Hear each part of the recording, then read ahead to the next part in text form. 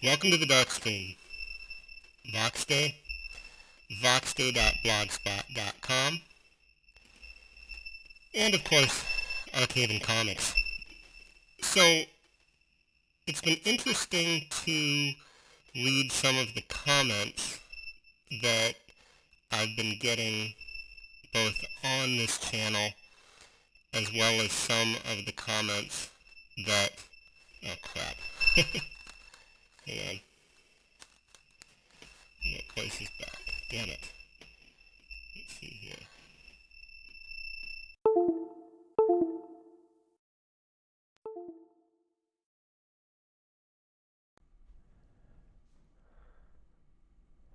Still robot.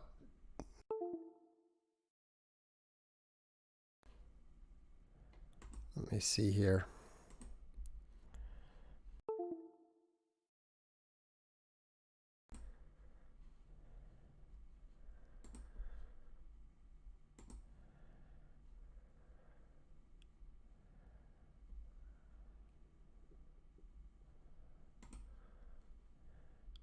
Okay, all right.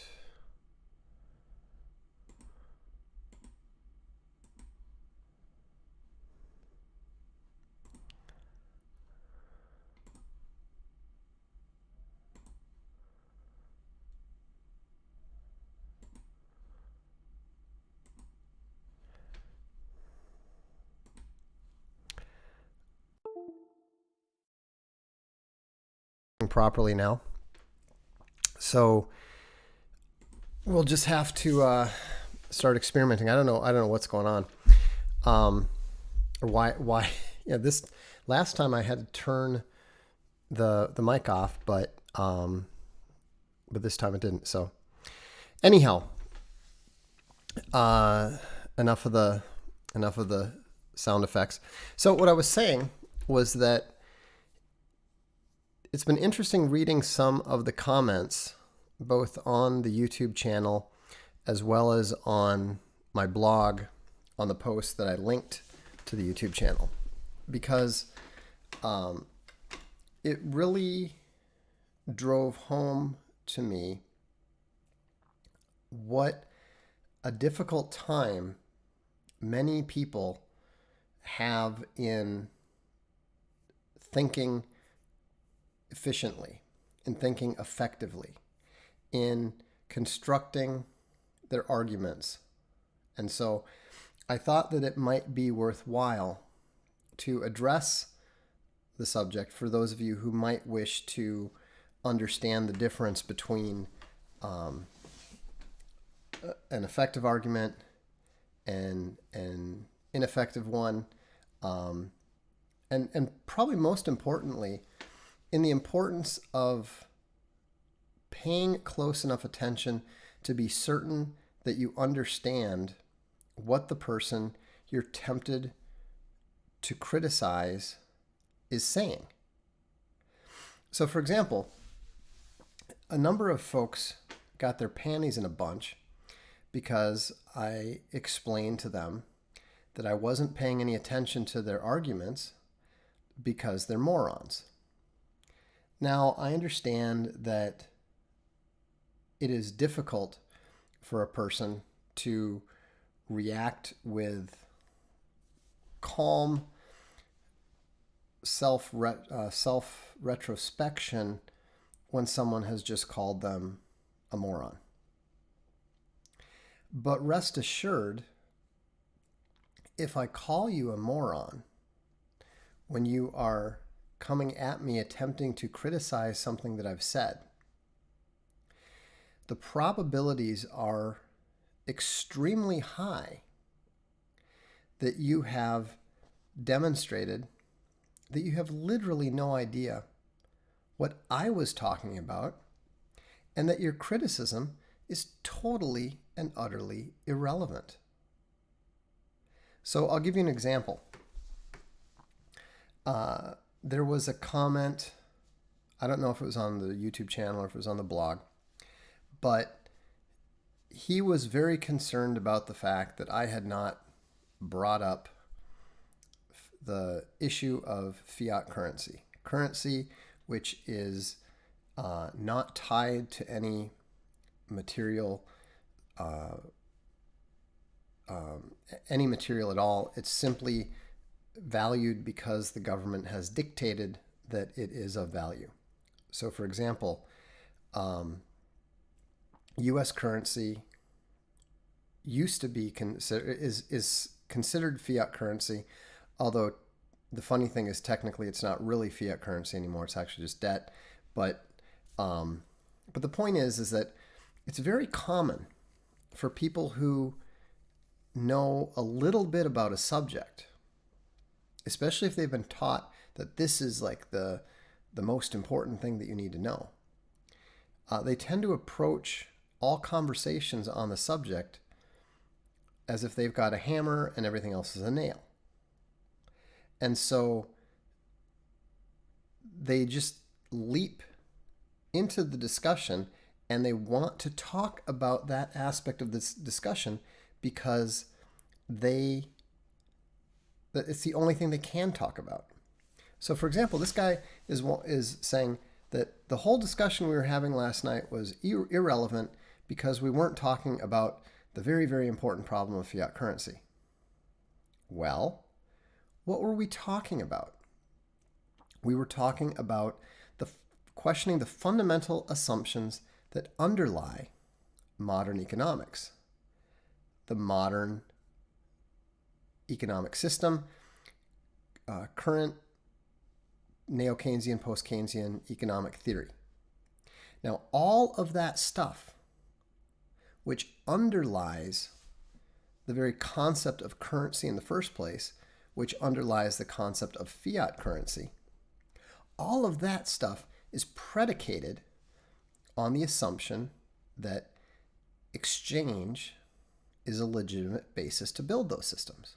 So we are talking about something that is literally several layers, foundational layers beneath what the guy wanted to talk about. All right? And so he had no idea what we were discussing. He had no idea what the relationship between what we were discussing and what he wanted to discuss are. And so when you come and you try to criticize what I'm saying while indicating conclusively that you have no idea about what I'm saying or the relationship between what you're saying and what I said, okay, you're a moron. There's no other way you can even look at it. And the idea that someone who has a degree in economics, who has written and published well-regarded books about economics, the very idea that I might not know anything about the Federal Reserve, about central banking, about fiat currency is totally absurd. So the thing that you need to learn how to do is to stop jumping in to try to prove to everybody what a smart boy you are. I mean, look right here. Somebody just said here as a comment saying that most of the world is Keynesian. Okay. Now, have you actually read any of John Maynard Keynes' works? You know, I have. I'm probably one of the very few people that you'll ever talk to who's actually read the general theory. And I've read it twice. You know, why are you making comments about that most of the world is Keynesian? Who needs to understand? Do you think that I need to understand that? Do you think that people who have read my books, which goes into great detail, criticizing the very foundations and bases of Keynesian economics, doesn't know that? You know, I mean, so it's very, very important to sit back and listen before you talk, before you say anything. You know, when I talked, I mean, if you think about it, look at how I went about criticizing Jordan Peterson. Now, I was cautious about saying anything about the guy until I'd actually done my homework. You know, now obviously I suspected a few things, and I mentioned that I suspected those things, and I later demonstrated those things. But I made it very clear I wasn't going to criticize somebody for talking about Jordan Peterson before I could speak with reasonable authority on the subject. So let's go a little bit deeper into some of the direct concepts. For example, how many of you think that a logical fallacy means that you're wrong? So if I commit a logical fallacy, does that mean that I'm wrong or not? Go ahead, answer the question. Little pop quiz.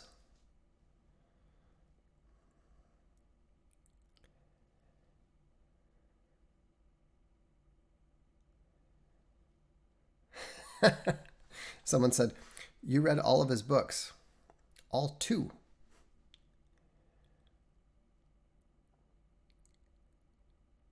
Okay, so we have some astute listeners tonight.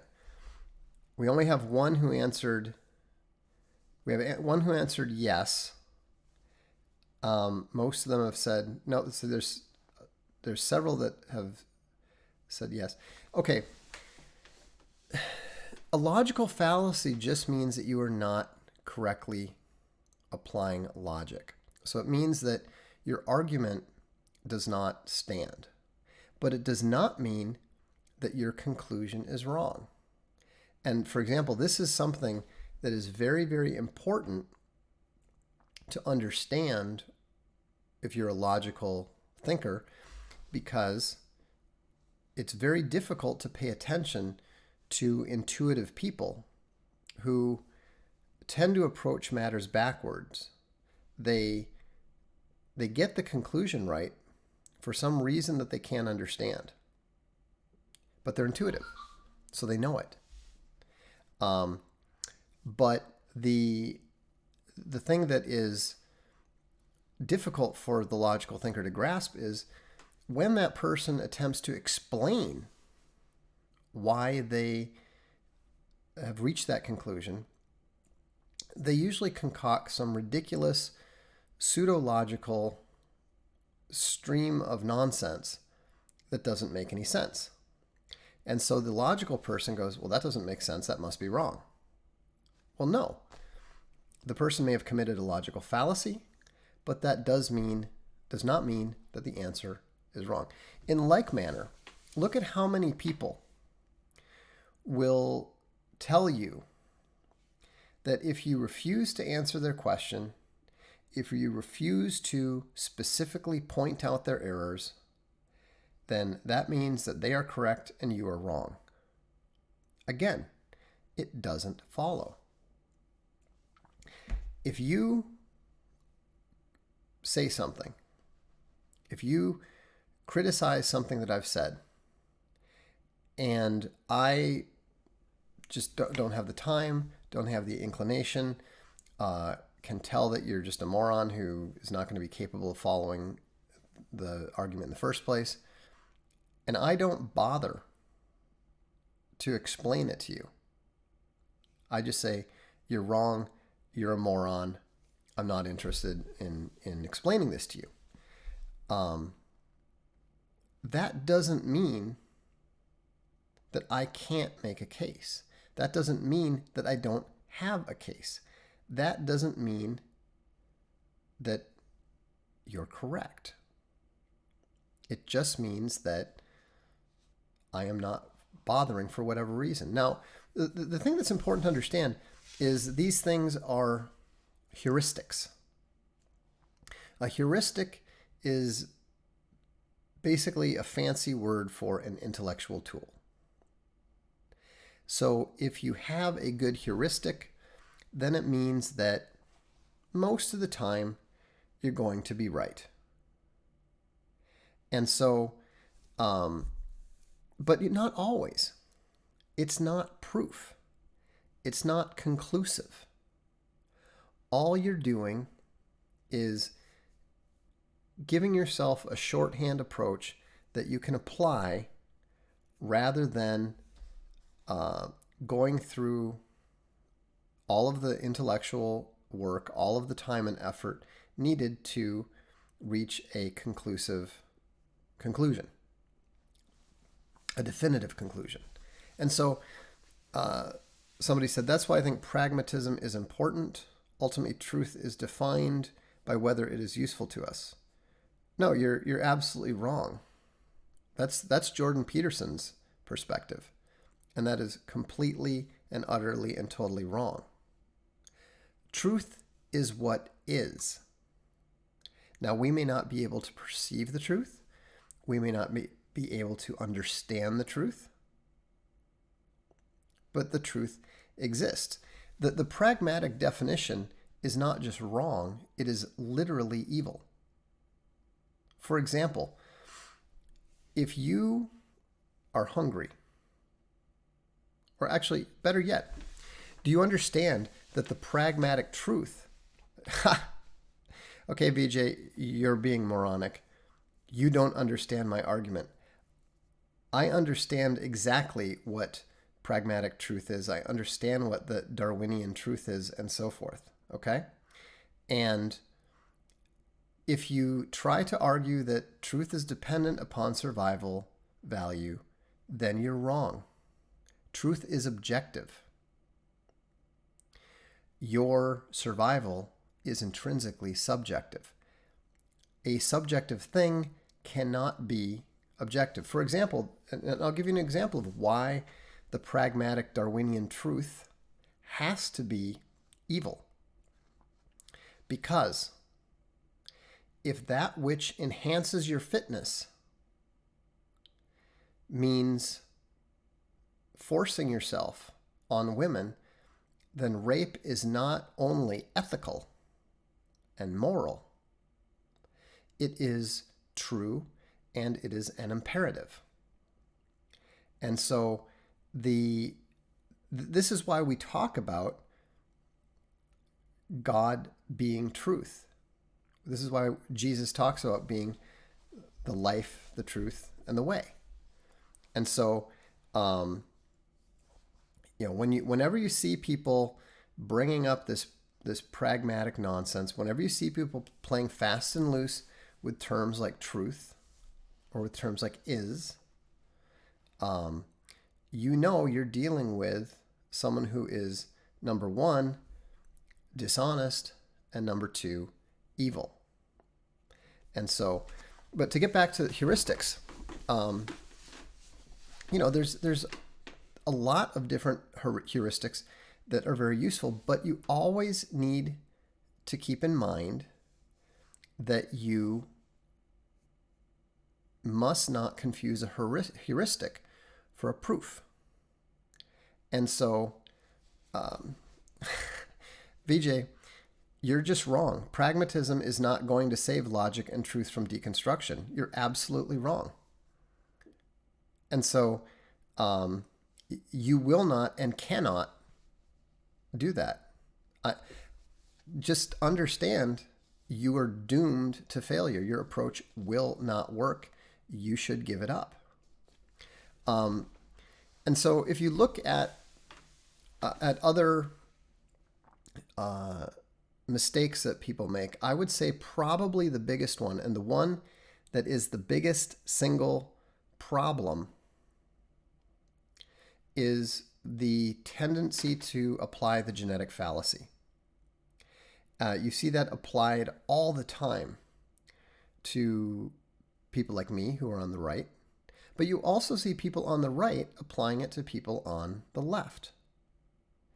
And so what you need to, okay, we got another idiot anti-Semite here who wants to talk about Jews all the time. Anyhow, what you need to understand is that it is a logical fallacy to dismiss someone because of the nature of the source. Or I should let me rephrase that. It is a logical fallacy to dismiss something based on the nature of the source. All right? So the fact that Sam Harris is saying something does not mean that it's going to be false.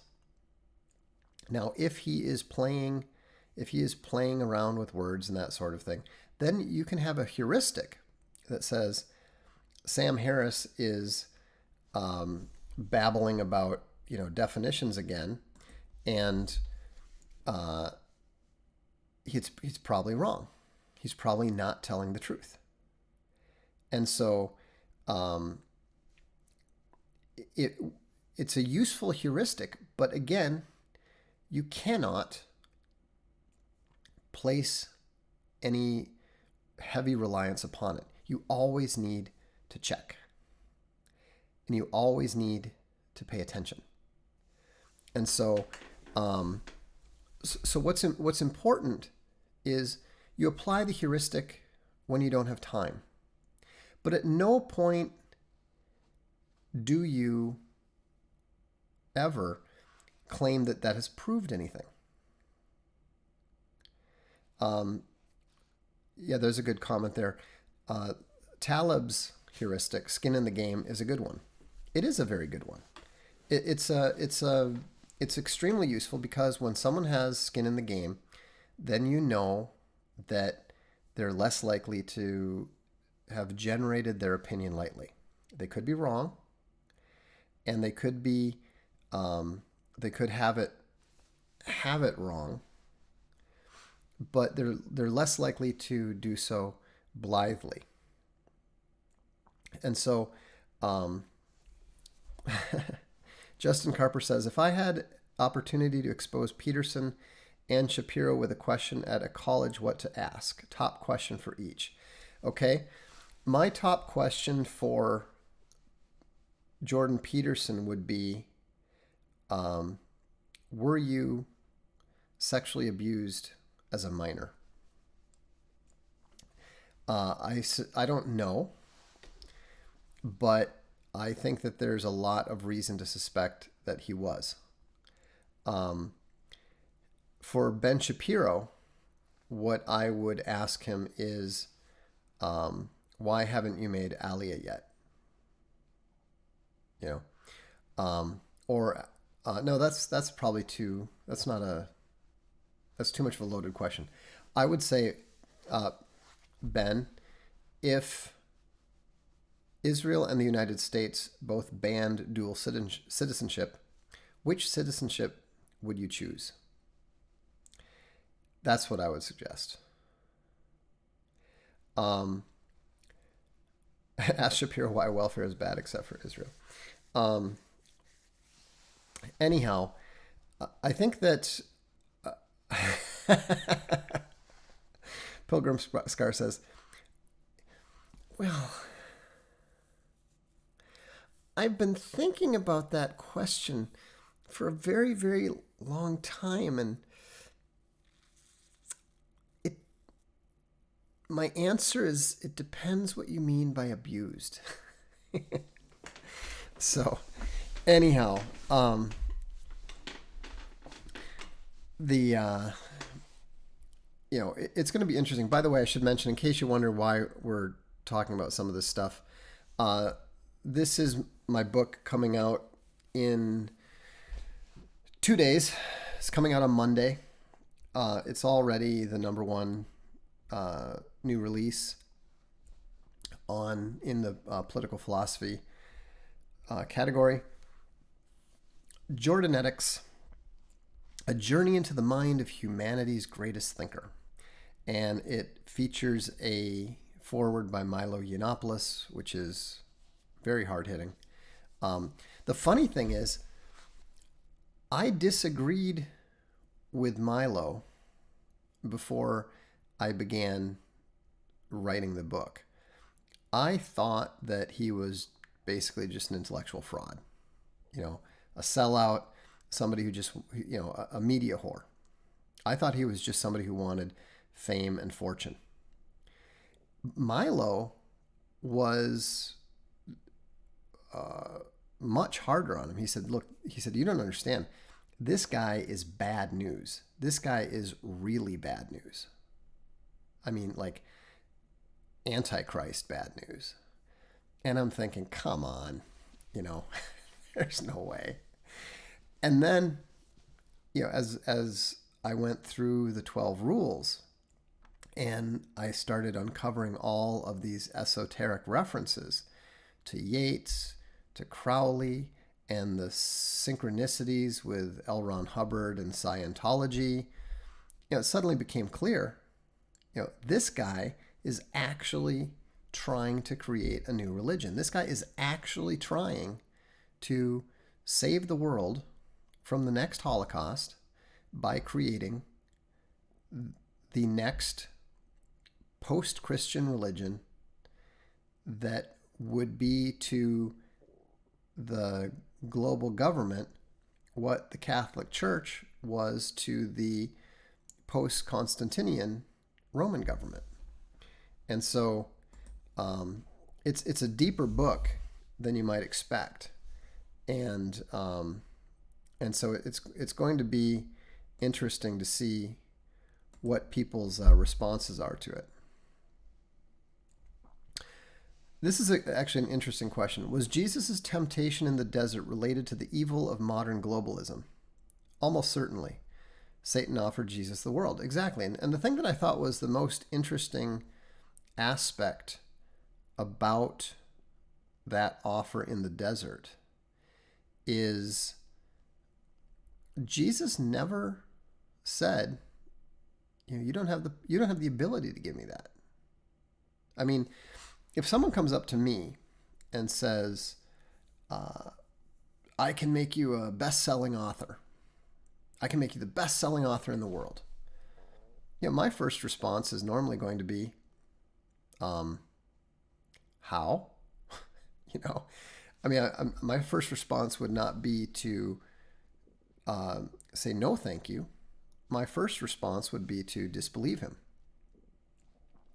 But Jesus doesn't do that when he's offered the world. He doesn't say, it's not yours to offer.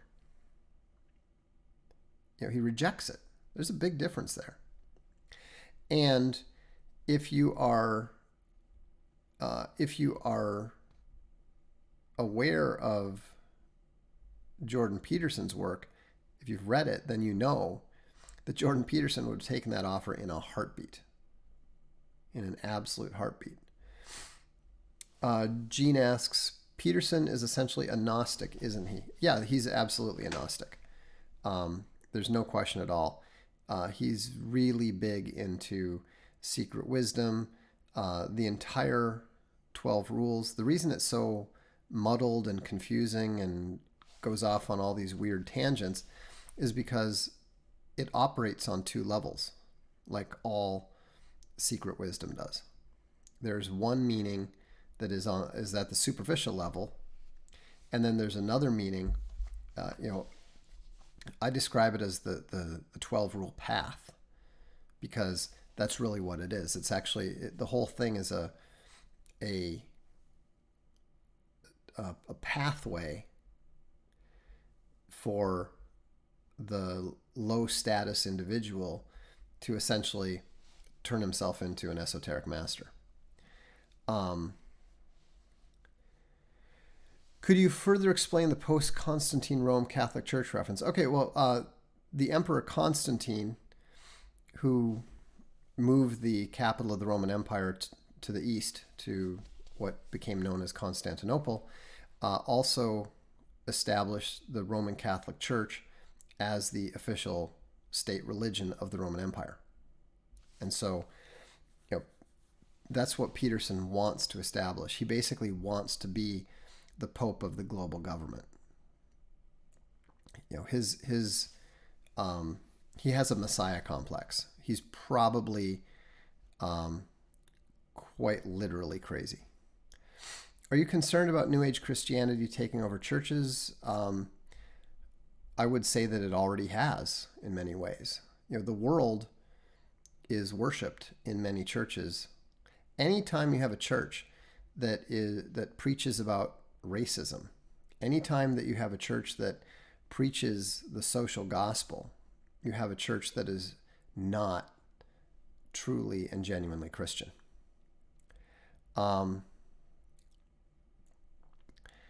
Let's see. Stefan actually gave a good speech about that scene with Jesus being tempted by the devil. You know, I like Stefan a lot. It won't surprise me at all if he eventually becomes a Christian one day, simply because he is a genuine truth seeker. And so, let's see here. Are there any non-compromised Christian denominations? Not entirely uncompromised, but the best that I have heard of, as far as I can understand, tend to be the Eastern Orthodox, and I believe the Methodists have been cleaning house. So that's where I would start looking. Let's see. What would be the top 5 values true Christianity holds to? Okay, the first begins with who you say Jesus Christ is. If you do not believe that he is the resurrected Son of God, if you do not believe that he is the only way to the Father, then that's the single most important one. I think the second most important one would be the understanding that the world is fallen, that evil exists and it is material, and that the only way to successfully stand against it is through the power that is given to the believer by Jesus Christ. Now, I understand a lot of people don't necessarily believe in that, don't believe in Jesus, but to them I say, if you don't believe in Jesus, at least believe in evil. We're told that love is the most important, the next most important value. They talk about faith, they talk about hope, they talk about truth, but we're told that the greatest of these is love. So, as uncomfortable as that might make someone like me, who would prefer truth to be the most important thing, so it would be love. Then I would say truth.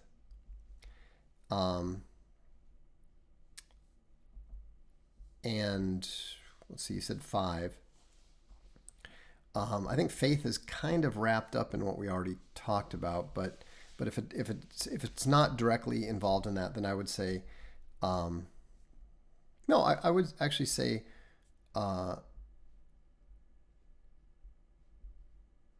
either repentance or wisdom. So, how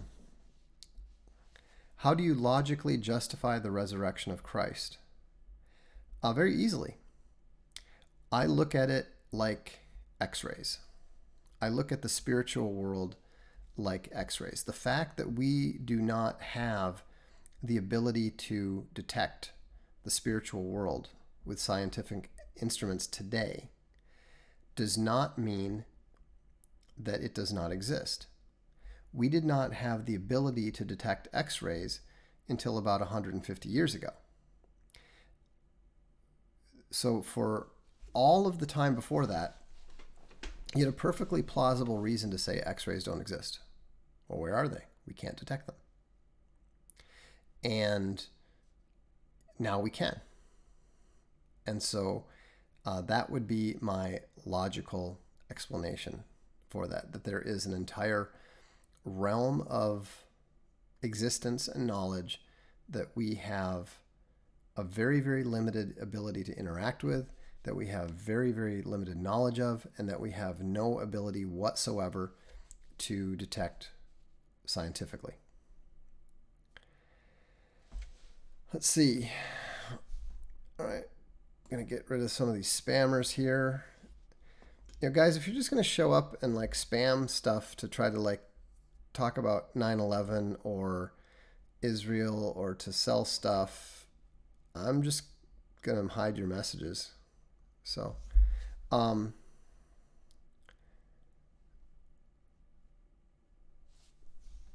interesting. It's kind of funny. Some of these folks are just weird.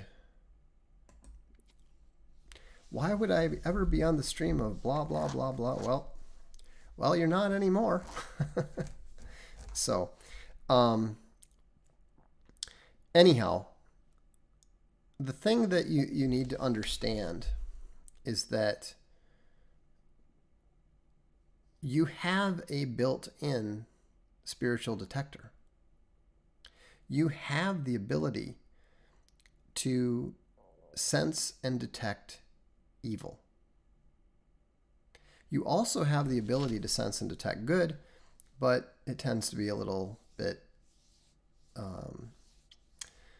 less clear. And so, oh well, okay, I'll unhide him if I can. So, oh, maybe not. Well, anyhow, do you think Epicureanism has any value? Not particularly. What do you think are the biggest proofs that God is real? Well, it probably won't surprise you given the conversation we've had so far, but my argument for the existence of God is the argument from evil. You can look it up on my blog.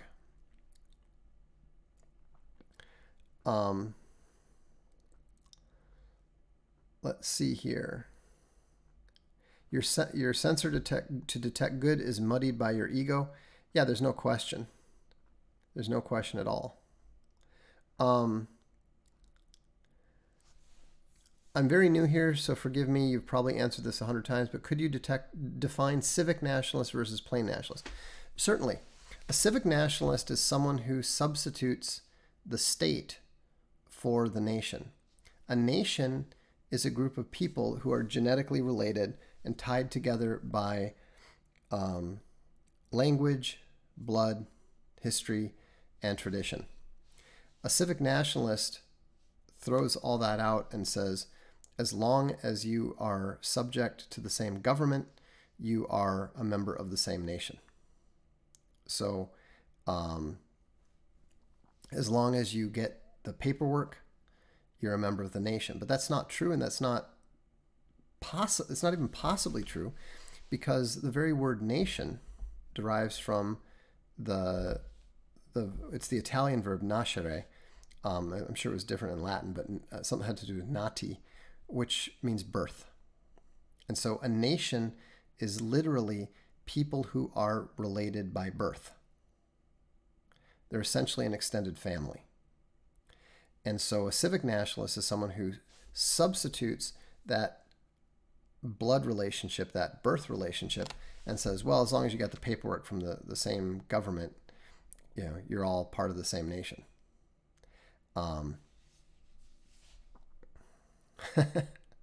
Jordan Peterson is what happens when you cross Bill Kristol with L. Ron Hubbard and give it a PhD. That's funny. Any updates on Infogalactic? We've just been speeding it up. I don't have an ETA on the filters yet, but they are working on it. Where does ethno-nationalism fall into that? Well, ethno-nationalism is redundant. All nationalism is ethno-nationalism. The way that the alt-retards use it is actually technically improper. What they're doing is they're actually describing transnational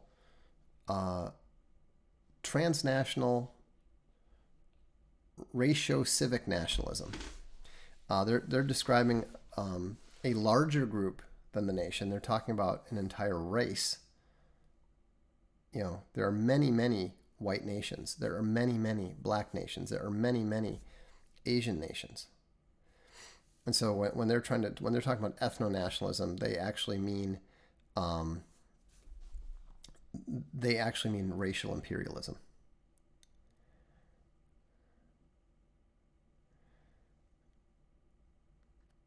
So okay, as a general rule, Max, I'm not even going to address your question.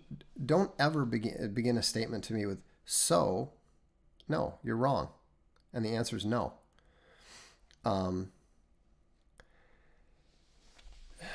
Civic nationalism is in contradiction to the Tower of Babel.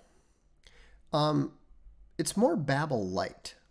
It's a step away from nationalism towards the Tower of Babel. That's why people tend to think of civic nationalism as being opposed to globalism, but it's really not. It's a step on the way towards it.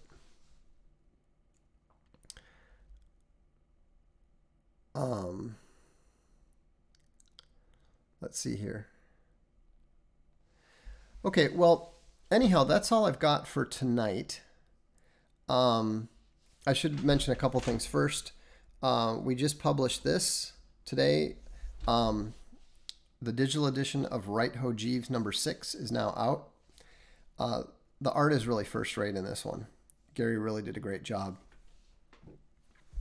We will be coming out with a premium paperback omnibus of all 6 relatively soon. Dev question. I keep switching between Unity and Unreal, which should be chosen. Depends on if you're doing a shooter, go with Unreal. Otherwise, go with Unity. We use Unity ourselves. Then this is the revised cover of Alt Hero number 5. Last night, I really didn't like the tattoo on Scarlet Widow's back, and so. And then last night when I showed just the image, not the whole cover, but just the image behind it, somebody said something about tick girl. And I thought, damn it, that does look too much like a tick. So anyhow, we modified the spider tattoo. So it's much better. And so I'm pretty happy with the results.